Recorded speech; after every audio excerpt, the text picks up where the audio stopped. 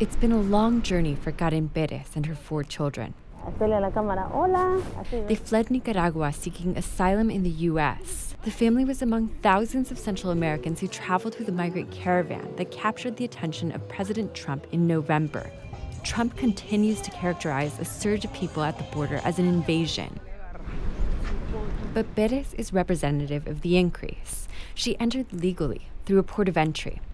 Only about 4,400 families crossed illegally last year through San Diego, according to Customs and Border Protection. Meanwhile, nearly 16,000 presented themselves at ports of entry, up from 7,000 the year before. I'm a single mom, but I've always fought to get ahead with my kids. This is the family's first time seeing the ocean in America, at Imperial Beach. It's very pretty here. In my country, there's beaches too. It's called Paso Caballo. It reminds me of home. Perez's case shows what many asylum seekers go through to get to the U.S. After the family waited weeks on a makeshift asylum waitlist handled by Asylum-Seekers, she and the kids were called to the San Ysidro port of entry last month. They passed a credible fear interview and were released by U.S. Customs and Border Protection with a GPS monitoring ankle bracelet. They have a notice to appear in U.S. immigration court for their asylum case. We first met Perez in Tijuana at a migrant shelter called Barretal. She'd put her name on the asylum waitlist and had no idea if she was ever going to get into the U.S.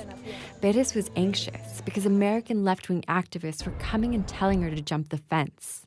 She didn't want to put her children's lives at risk or break any laws. Sometimes I get hopeless, thinking I'll say yes to the people telling me to jump. But no, what am I, crazy? I'm not crazy. I'm going to wait. The wait paid off. After several weeks of waiting in Tijuana, the family was allowed into the U.S. After a day of sleeping on the street in San Diego with no idea where to go, a stranger took them to a migrant shelter run by the San Diego Rapid Response Network.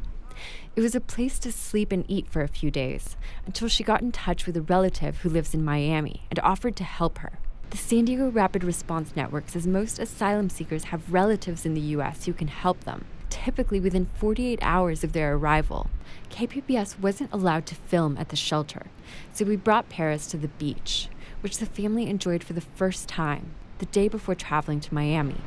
My plan is for my kids to study, look for a job, and make sure my kids succeed. And even if I can study, I might study and learn English. She says she hopes the U.S. gives her family a chance to stay because she says she doesn't feel safe going back to Nicaragua. Jean Guerrero, KPBS News.